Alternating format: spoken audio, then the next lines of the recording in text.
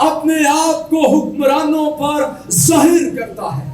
ان 4 نوجوانوں کے وسیلے سے یہوہ خدا نے بت پرست قوم، ظالم بادشاہ نبوکدنضر اور باقی جو بادشاہ آئے ان پر یہ ثابت کر دیا کہ انسانوں کی مملکت میں اسرائیل کا خدا حکومت کرتا ہے۔ اس نے یہ ثابت کر دیا کہ میرے لوگ اسیر ہوئے ہیں، میرے لوگ تمہارے اختیار اور قابو میں ہیں، لیکن میں اسیر نہیں ہوا، میں تمہارے اختیار اور قابو میں نہیں ہوں۔ میری مرضی سے ہی، میری عدالت کے نتیجے میں ہی یہ لوگ یہاں پر ہیں۔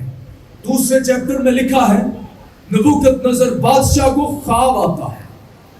اس خواب میں خدا اسے آنے والے وقت کے بارے میں بتاتا ہے۔ خواب کی تعبیر کرنا مشکل امر تھا۔ اس میں وہ ایک مورت دیکھتا ہے، سحروں کو، نجومیوں کو، کشتیوں کو، فالگیروں کو وہ کہتا ہے جمع کرو، اور کہتا ہے میں تمہیں خواب نہیں بتاؤں گا، خواب بھی تم بتاؤ گے اور اس کی تعبیر بھی تم ہی کرو گے۔ وہ کہنے لگے بادشاہ انسان کے لیے یہ ممکن نہیں ہے، دیوتا جن وہ یہاں انسانوں کے درمیان نہیں رہتے وہی یہ کر سکتے ہیں۔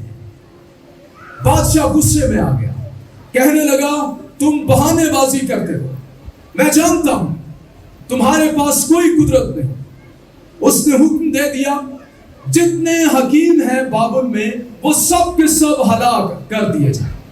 اور جو دانیل تھا وہ بھی انہی میں شامل تھا، وہ 10 درجے بہتر نکلا تھا۔ دانیل کو بھی پتا چلا، لیکن دانیل پینک نہیں ہوا۔ دانیل نے کیا کیا؟ 17ویں آیت میں لکھا ہے تب دانیل نے اپنے گھر جا کر حنانیہ اور میشائیل اور عزریا اپنے رفیقوں کو اطلاع دی، آؤ دعا کریں، آسمان کے خدا کے سامنے جھکے، اور ایمان ان کا کیا ہے کہ تو بھیدوں کو کھولنے والا ہے۔ وہ دعا کیا کرتا ہے؟ 21ویں آیت میں لکھا ہے وہی وقتوں اور زمانوں کو تبدیل کرتا ہے اسیری میں اپنے ملک سے باہر، ان کے لوگ یہودی لوگ اسیری میں، لیکن ان کا ایمان دیکھیں، وہی بادشاہوں کو معزول اور قائم کرتا ہے۔ یہ دانیل کا ایمان ہے کہ اگر نبوکدنضر بادشاہ اس وقت حکمران ہے اور اس کے تحت بہت ساری امتوں کو، اہل لغت کو خدا نے کیا ہے تو یہ اس کی طرف سے ہے، اور قائم کرتا وہی حکیموں کو حکمت اور دانش مندوں کو دانش عنایت کرتا ہے، وہی گہری اور پوشیدہ چیزوں کو ظاہر کرتا ہے، اور جو کچھ اندھیرے میں ہے اسے جانتا ہے، نور اسی کے ساتھ ہے۔ یہ دانیل کا فیت ہے۔ ایسے ایمان رکھنے والے لوگوں کے وسیلے سے خدا ثابت کرتا ہے کہ میں انسانوں کی مملکت میں حکمران ہوں، میں تیرا شکر کرتا ہوں۔ موت کا حکم ہے لیکن پھر بھی کیا کر رہا ہے؟ شکر کر رہا ہے، پینک نہیں ہو رہا، اور تیری ستائش کرتا ہوں اے میرے باپ دادا کے خدا، جس نے مجھے حکمت اور قدرت بخشی، اور جو کچھ ہم نے تجھ سے مانگا تو نے مجھ پر ظاہر کیا۔ یہ جاتا ہے اور بادشاہ کو نہ صرف تعبیر بلکہ خواب بھی بتا دیتا ہے، اور بادشاہ کہتا ہے تب نبوکدنضر بادشاہ نے منہ کے بل گر کر، بادشاہ گر رہا ہے، بڑا حکمران ہے، لیکن گر کر دانیل کو سجدہ کیا اور حکم دیا کہ اسے ہدیے دے، اس کے سامنے بخور جلائے۔ بادشاہ نے دانیل سے کہا فی الحقیقت تیرا خدا، کس کا خدا؟ تیرا خدا، معبودوں کا معبود اور بادشاہوں کا خداوند اور بھیدوں کا کھولنے والا، کیونکہ تو اس راز کو کھول پایا ہے۔ خداوند کی تعریف۔ اس کے بعد تیسرے چیپٹر میں اس نے ایک مورت بنائی،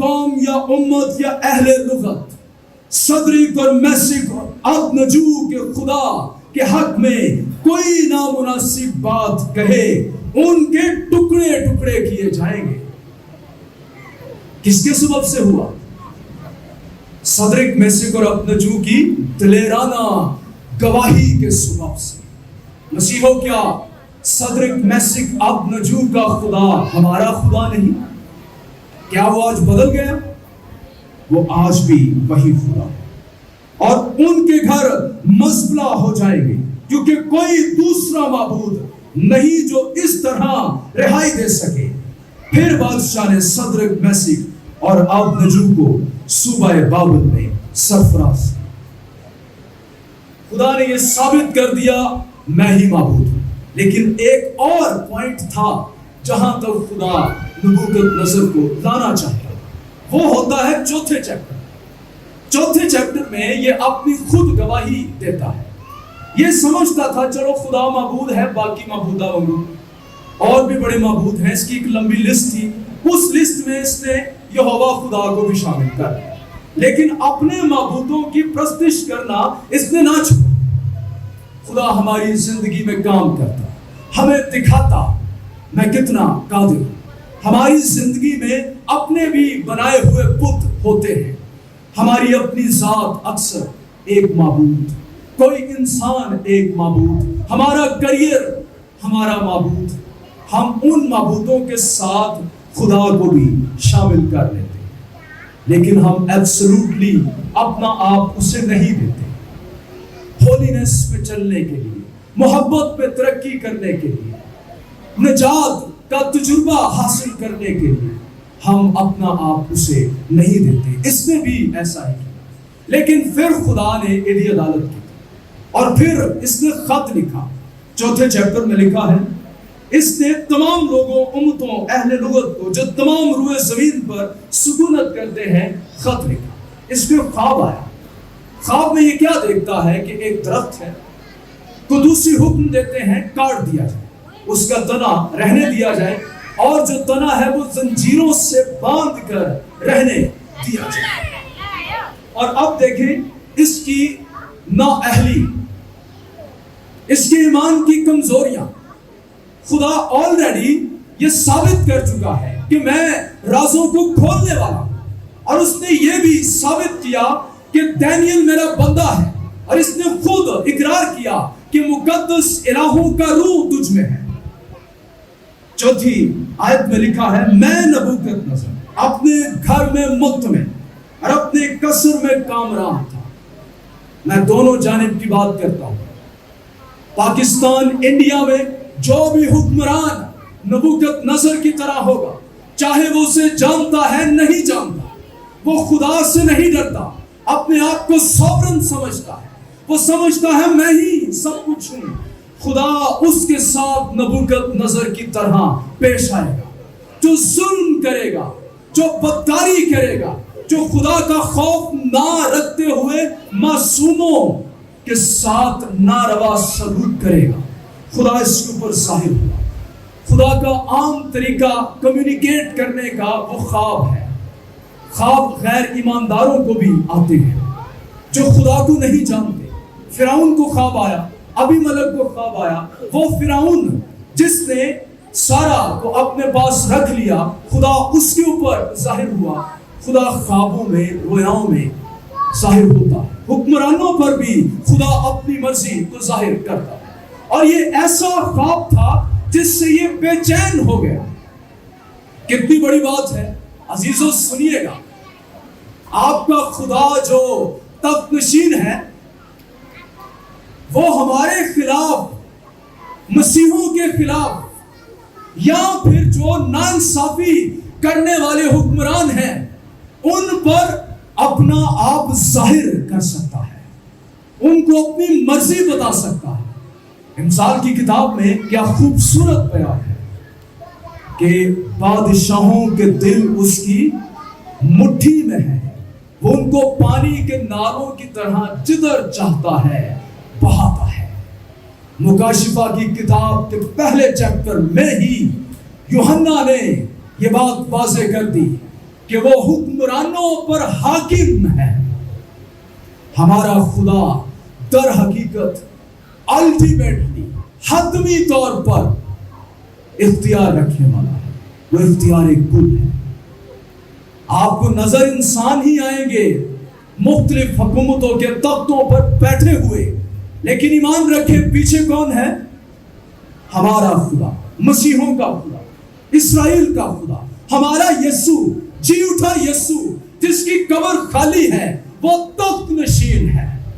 اس سے بڑی تسلی ملتی ہے. حالات اس کے کنٹرول میں, حکومتیں اس کے کنٹرول میں. وہ بادشاہوں کو نتھ ڈال سکتا ہے, وہ ان کو سیدھی راہ پر لا سکتا ہے. وہ دلی کوئی مشکل کام نہیں. لکھا ہے خواب دیکھا جس سے میں ہراسان ہو گیا, اور ان تصورات سے جو میں نے پلنگ پر کیے اور ان خیالوں سے جو میرے دماغ میں آئے مجھے پریشانی ہوئی. یہ ایسا خواب تھا, اس لیے میں نے فرمان جاری. بابل کے حکیم, تعبیر کرنے والے, نجومی, ساحر, قصدی, فالگیر بلائے جائے, لیکن دانیل نے آواز نہیں ماری. یعنی یہ بھول گیا کہ ایک ایسا شخص ہے جو یہوہ خدا کو مانتا ہے, جو ایسے معبود کو مانتا ہے جو راز کی باتیں بتا سکتا ہے. بھول گیا. پھر یہ بھول گیا کہ صدرک میسک ابنجو کو اسی معبود نے بچایا تھا.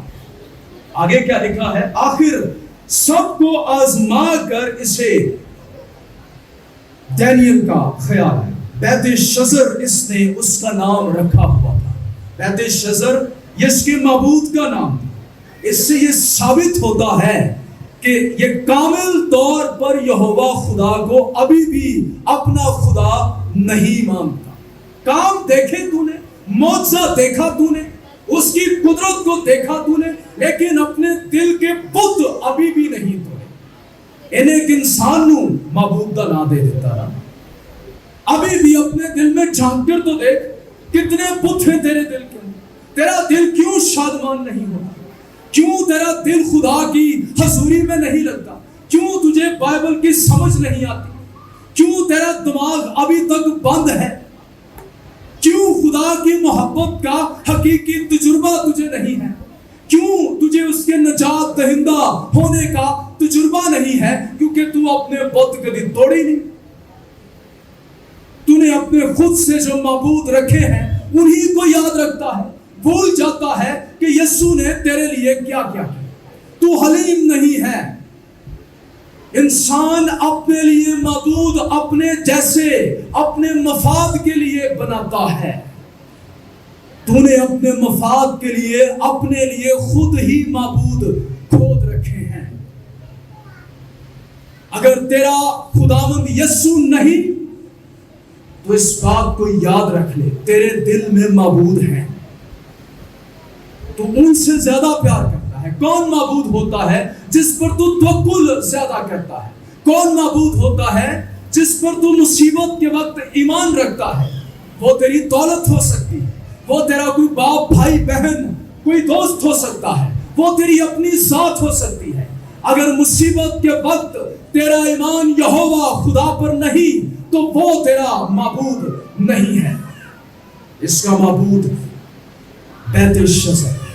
بلایا اس کو, آ کر اس نے خواب سنا. خواب بڑا مزیدار. 17ویں آیت پر خاص طور پر میں آپ کی توجہ چاہوں گا. یہاں پر لکھا ہے یہ حکم نگہبانوں کے فیصلے سے ہے. واچرز یہاں پر لفظ ہے. یہ جو واچرز لفظ ہے حنوک کی کتاب میں جو بائبل کا حصہ نہیں بڑا استعمال کیا گیا. واچرز یعنی اینجلز, خدا کی طرف سے نگہبان فرشتے. یہ حکم نگہبانوں کے فیصلے سے ہے. یہ حکم کیا ہے؟ تھوڑا سوپر اگر آپ 15ویں آیت میں دیکھ لیں, لیکن اس کی جڑوں کا کندہ زمین میں باقی رہ گئی. ہاں لوہے اور تانبے کے بندن سے بندھا ہوا میدان کی ہری گھاس میں رہنے دو. وہ آسمان کی شبنم سے تر ہو اور اس کا حصہ زمین کی گھاس میں حیوانوں کے ساتھ ہو. اس کا دل انسان کا دل نہ رہے, یہ والا فیصلہ, بلکہ اس کو حیوان کا دل دیا جائے اور اس پر 7 دور گزر جائے. یہ حکم نگہبانوں کے فیصلے سے. اور یہ امر قدوسیوں کے کہنے کے مطابق ہے۔ وجہ کیا ہے؟ خاص توجہ، اس چیپٹر کی یہ مرکزی آیت ہے، تاکہ سب ذی حیات پہچان لے کہ حق تعالیٰ آدمیوں کی مملکت میں حکمرانی کرتا ہے اور جس کو چاہتا ہے اسے دیتا ہے، بلکہ آدمیوں میں سے ادنا آدمی کو اس پر قائم کرتا ہے۔ فرشتیاں نے کیا؟ یہ نبوکت نظر پوچھتا نہیں جاتا بوتا پہ، فرشتے نے آپ ہی مشورہ کیا، انہاں کیا کہ اینو تے کوئی ناتھ پانی پے ایدہ کوئی حساب کتاب کرنا پے گا، ایدہ کنڈا کو کڑنا پے گا، ایدہ غرور آ ہے۔ ہو سکتا ہے یہ میری امیجینیشن ہے، ہو سکتا ہے وہ خدا کے سامنے گئے ہوں، قدوس خداوند تو سب سے بڑا قادر خدا ہے، لیکن یہ نبوکت نظر یہ سمجھتا ہے کہ تو کچھ نہیں ہے، یہ بابل میں نے بنایا ہے، یہ سمجھتا ہے اسرائیلیوں کو میں نے مار لیا ہے، تو تو سانو اجازت دے۔ خداوند نے اجازت دے، یہ واچرز اینجلز کہہ رہے ہیں۔ یہ ریالٹی دانیل کی کتاب میں کھلتی ہے۔ دانیل کی کتاب واحد بائبل کی ایسی کتاب جو اسپرچل وارفیئر پر سے پردہ اٹھاتی ہے۔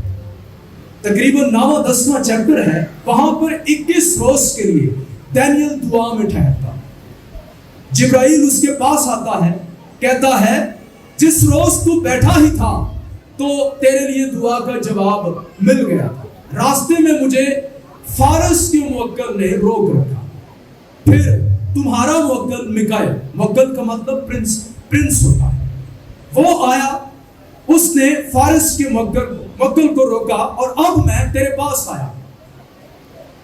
یعنی نیشنز کے اوپر خدا کی طرف سے اینجلز مقرر ہیں جو ہماری دعاؤں سے حرکت میں آ جاتے ہیں۔ ان فرشتوں نے یہ فیصلہ کیا کہ اینو ہون سبق سکھانا ہے۔ دانیل کو تعبیر کی سمجھ آ گئی، وہ 1 سال تک سراسیما رہا، اپنے خیالات میں پریشان ہوا۔ بادشاہ نے کہا تو 10 تجھے کچھ نہیں۔ اس کے دل میں بادشاہ کے لیے تھوڑا نرم گوشہ تھا، کہنے لگا بادشاہ اس کی تعبیر تیرے دشمنوں کے لیے۔ اب اس کی تعبیر یہ ہے 7 دور گزریں گے، تو انسانوں میں سے کاٹ دیا جائے گا، تو حیوانوں کے ساتھ رہے گا، گورخر کی سمجھ تجھے دی جائے گی، بھیل کی مانند تیری عقل موٹی ہو جائے گی۔ اور ایسا ایکچولی ہوا۔ نبوکت نظر کے بارے میں تاریخ بتاتی ہے 7 سال کی ہسٹری موجود ہی نہیں۔ اس وقت یہ اپنے تخت سے وہاں سے اٹھ کر جنگلوں میں چلا گیا۔ یہ خدا کی عدالت ہے۔ یہ حکمرانوں سے لے کر خدا ذاتی لیول تک کرتا ہے۔ وہ لوگ جو خدا کو بار بار پہچاننے سے انکار کرتے ہیں، اسے خدمی طور پر اپنا معبود نہیں مانتے، خدا موقع دیتا ہے۔ 1 سال تعبیر کے بعد خدا نے موقع دیا۔ ایزبل کی کتاب مکاشفہ کی کتاب میں ایزبل کو خداوند یسوع مسیح کہتے ہیں میں نے اس کو توبہ کرنے کی مہلت دی، لیکن وہ اپنی بدکاری سے توبہ نہیں۔ خدا آپ کو مہلت دیتا ہے، خدا وقت دیتا ہے۔ 1 سال اور میں تجھے دے دیتا ہوں، 2025 بھی میں نے تجھ کو دیا تاکہ تو اپنے غرور سے باز آ جائے۔ غرور کیا ہے؟ I can handle my life according to my principles. I can handle my life according to my strength. میں اپنی لائف کو اپنے طریقے سے گزاروں گا، جس کو چاہوں گا اس کو معبود بناؤں گا۔ تیرا میری زندگی دے وچ کوئی اختیار نہیں۔ انسان یہی کر رہا ہے۔ یہ صرف حکمرانوں کی بات نہیں، ہمارے دل کی حالت ہے۔ اگر ہم اس ہٹ پر اڑے رہیں گے تو آخر کار عدالت ہوتی ہے۔ اس پر 7 دور گزرے، پھر اس کو عقل آئی. اس کا بیان ذرا سن لیں.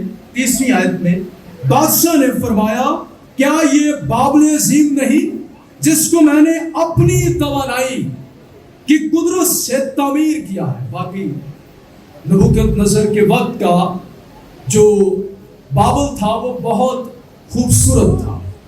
وہاں پر بل مردوک کا مندر تھا, بہت اونچا بلند, دور سے ہی اس کی کندیلیں روشن دکھائی دیتی. اس کی دیواریں بڑی مضبوط, ہینگنگ گارڈن, یہ ہوا میں معلق باغیچہ یہ نبوکت نظر نے بنوایا تھا. تعمیر کے کام اس نے بڑے کرائے. آج بھی سارے قدیمہ میں سے بہت ساری پتھر کی اینٹیں دریافت ہو رہی ہیں جن پر نبوکت نظر کی مہر ہے. جب اس نے یہ بات کی تو اوپر سے آواز آئی. بادشاہ یہ بات کہہ ہی رہا تھا کہ آسمان سے آواز آئی, اے نبوکت نظر بادشاہ, تیرے حق میں یہ فتویٰ ہے کہ سلطنت تجھ سے جاتی رہی اور تجھے آدمیوں میں سے ہانک کر نکال دیں گے اور تم میدان کے حیوانوں کے ساتھ رہے گا اور بیل کی طرح گھاس کھائے گا اور 7 دور تجھ پر گزریں گے. تب تجھ کو معلوم ہوگا کہ حق تعالیٰ آدمیوں کی مملکت میں حکمرانی کرتا ہے اور اسے جس کو چاہتا ہے دیتا ہے. اس سے پہلے ایک اور بھی کردار بائبل میں موجود ہے, لوسیفر. غرور کیا, میں بڑی کرتا تھا, میں اپنا تخت خدا تو اونچا لائے گا, میں جماعت کے پہاڑ پر اپنا تخت لگاؤں گا, میں یہ کروں گا, میں وہ کروں گا. کچھ 6 مرتبہ یسایہ 14ویں باب میں کا ذکر ہے. یہ میں جو زیادہ کرتے ہیں, جو یسو کم کرتے ہیں, ہر جگہ میں کرتے ہیں, ان کے لیے سائن ہے, یہ نشان ہے, یہ پہچان ہے. سیلف سینٹرڈ ہے, وہ خود غرضانہ زندگی گزار رہے ہیں. کرائسٹ سینٹرڈ ان کی لائف نہیں ہے, سیلف سینٹرڈ ان کی لائف. جتنی مرضی تو پرستش کر لے, تو سارے 40 روزے بھی رکھ لے, تو دیگا بھی چڑھا لے, تو دے یکیاں بھی پوریاں ٹکا کے صحیح طرح ریگولر دے, تیری میں نہ مکی تے تو میں کر دے. یسو دی عدالت دے تھلے آ, یہ صاف تے سیدھی گل. میرے بھائی میری بہن, اپنے آپ کو روحانی لوریاں دینا چھڑ دئیے.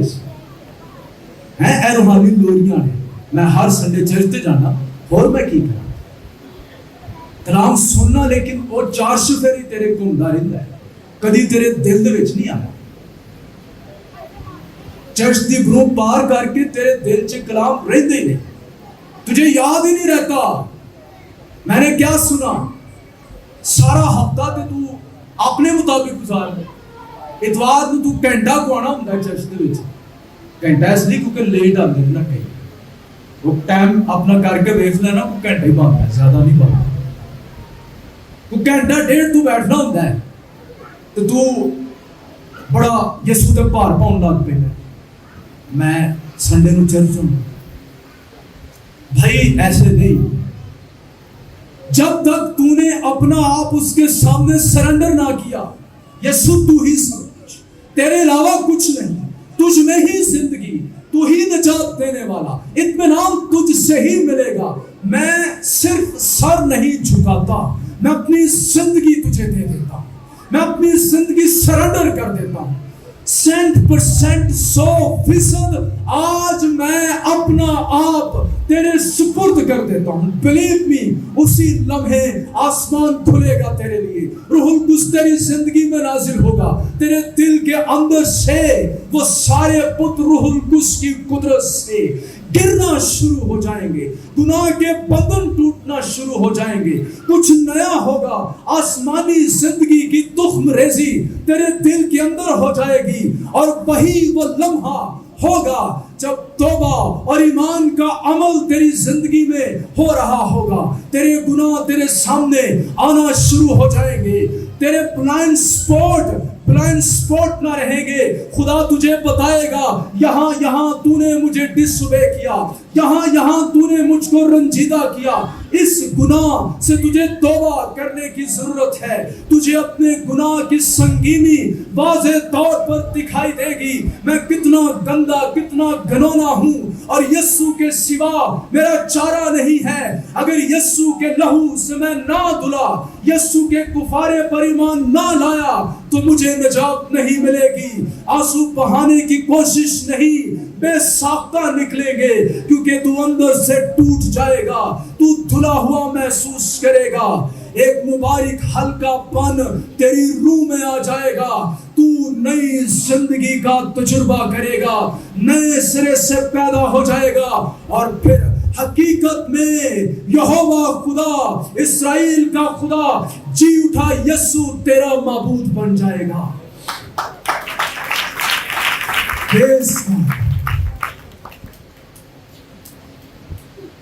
خدا مغروروں کا سامنا کرتا ہے جو اپنی زندگی اپنے مطابق گزارنا چاہتے ہیں.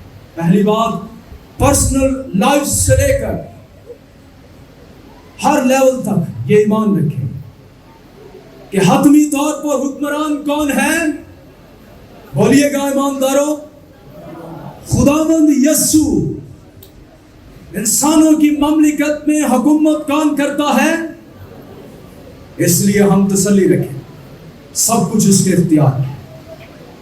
دوسری بات, جلدی سے, جنگ کے حالات میں بھی خدا ایمانداروں کو محفوظ رکھ سکتا ہے. یرمیہ کی کتاب 39واں باب اس کی 11ویں 12ویں آیت میں شاہ بابل نبوکدنضر نے یرمیہ کی بابت جلوداروں کے سردار نبوزردان کو تاکید کر کے یوں کہا کہ اسے لے کر اس پر خوب نگاہ رکھ, اینوں کوئی نقصان نہیں پہنچنا چاہیے. یہ نبی ہے, ابھی کچھ بھی نبوکدنضر پر ظاہر نہیں ہوا, اور اسے دکھ نہ دے, بلکہ تو اس سے وہی کر جو وہ تجھے کہے. 70 AD میں جنرل ٹائٹس نے یروشلم پر حملہ کیا, اور امیزنگلی اس وقت کے مسیحوں میں ایک بھی شخص ہلاک نہ ہوا. یوسفیس مورخ یہ لکھتا ہے, متی کی انجیل 24واں باب میرے ساتھ کھولیے گا. یہاں پر خداوند یسوع نے تعلیم دی, پس جب تم اس اجاڑنے والی مغرور چیز کو جس کا ذکر دانیل نبی کی معرفت ہوا مقدس مقام میں کھڑا ہوا دیکھو, پڑھنے والا سمجھ لے, تو جو یہودیہ میں ہو وہ پہاڑوں پر بھاگ جائے. اس وقت کے مسیحوں نے ایسا ہی کیا. جب رومیوں نے حملہ کیا تو جو یہودیہ میں تھے وہ پہاڑوں پر بھاگ گئے. مسیحوں نے پہاڑوں میں جا کر بسیرا کر, جو کوٹھے پر ہو وہ اپنے گھر کا اسباب لینے کو نیچے نہ ہو. اس وقت جو یہودی لوگ گھر بناتے تھے ان کی سیڑھیاں جو چھت کو جاتی تھی وہ باہر کی طرف ہوتی تھی, تو جو کوٹھے پر ہو وہ اندر نہ جائے کیونکہ اندر سپاہی ہوگا. مسیحوں نے ایسا ہی کیا, وہ باروں بار باہر نکل گئے, اور جو کھیت میں ہو وہ اپنا کپڑا لینے کو پیچھے نہ لوٹے. یعنی اگر تمہیں پتا چل جائے کہ جنگ ہو رہی ہے تو تم اپنے کپڑے لینے کے لیے گھر نہ آنا, وہیں سے نکل جانا. آگے اور بھی بہت ساری باتیں ہیں, تو مسیحی لوگ محفوظ ہیں.